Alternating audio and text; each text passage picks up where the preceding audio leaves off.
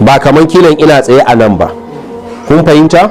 Idan mu ce dawo daga nan gefen, to yanzu shi wancan mai zuba ruwan shi ma sai ya zagayo ya tsaya mishi a ina a nan, ba ruwansu da maganan hagu tunda ba su zo gare shi ba. Idan aka zo mun gama da ra'asuhu zai dauki hadda wuya in mun so na wancan magarya.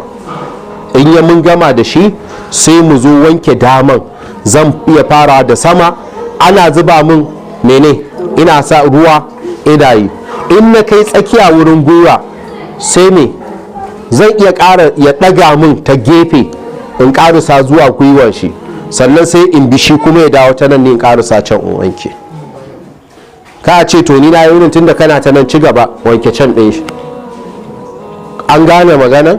Idan kan sai ka ce to dawo ta nan ko tsallaka ta can in tsaya a nan sai a wanke. Idan an gama sama ba laifi in sun ɗan ɗaga shi kaɗan, saboda ta yiwu sanda aka wanke saman bayan akwai inda lum'a ne ruwa bai kai ba, to shi ma su iya komawa ta nan site ɗin sai a ɗago, wani na zubawa, wanda ya sa hannun shi zai iya gane ko ya kai tsakiyan bayan saboda spinal cord ɗinsa. An ka taɓa bayan mutum za ka gane ka zo, ko yana da jiki za ka je ramin tsakiyan gadon bayansa, kuma in ruwa ya taɓa wurin kai mai sa hannu za ka gane cewa ruwa ya isa ya kai dukkanin wurin da ake bukata. Ina fata an fahimci wannan. To shine malam ya ce sai a wanke dai a tabbatar da duka daman nan ya fita an wanke shi. Thumma al-aisar, sannan a koma hagu a yi kamar yadda muka yi ma dama. Thumma yughsiluhu kadhalika marratan thaniya wa thalitha, sannan sai mu dawo mu sake wanke shi na biyu da na uku gwargwado yadda bukata ya bayar. An fahimci magana? Idan aka zo aka wanke shi, mala ya ce thalitha so uku, ya murru fi kulli marratin yadahu ala batnihi, duk sanda ka zo nan wanke wanda zan yi na rabin nan, duk in na taho nan wurin cikin sai in shimfiɗa hannuna a haka, sai in rinka wucewa da hannuna ta cikin shi, ba kawai in yi haka. Shi ne wanda malam ke nufi. An gane? Duk in ka zo za ka juya hannunka ka tabbatar ya bi ta cikin mamaci din sanda kake wankewa. Sai malam ce za ka bi da hannunka ta cikinsa, fa in kharaja minhu shay'un ghasalahu, idan sanda ka gama bi da hannunka ka zo wurin wanke cinyar ta ciki sai ka ji santsi da yauki a jiki, me kake nufi? Wani abu ya fita a jikin shi, ko ka ji wani ɗumi a hannunka wanda baka ji shi a cikinsa ko wurin kafansa ba, ka san wani abu ya fita, to a nan sai kai umarni a ƙara zuba maka ruwa sai ka wanke abin da ya fita ɗin. An gane? Sai a wanke a tabbatar mamaci ya tsarkaka.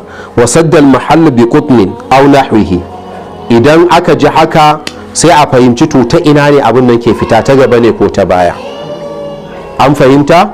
So sai a toshe mafitan da auduga, in ji malam. Inda auduga ana iya sa, yawanci mamaci ya da auduga ne kaga an toshe, gafara ake ce mai ko menene, ruwan da ke fita kaji ko ta hanci ko ta kunne, galibi azaban fitar rai ke kawo shi. So wannan sai ce sai a sa auduga ko makamancinsa shi ne muka sharhi a kansa, shi ne ko bandeji ko kaza, ko har muka ce ma da famfas da za a iya amfani wa mamaci da shi ba matsala ba ne, matukar zai kare fitan wannan.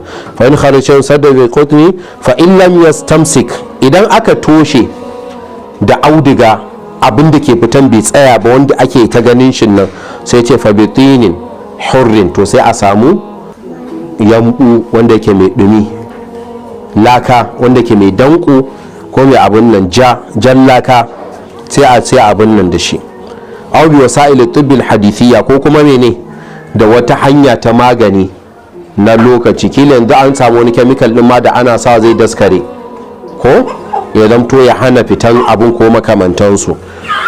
Sai ka ce kamar salatif ko makamantan, wai idu wudu'ahu, idan har sanda aka zo wanke shin nan wannan abin ya fita an wanke, in dai wani abu ya fito to yu'idu wudu'ahu, sai a dawo a sake yi masa alola kamar yadda aka yi. Jama'a kun fahimta?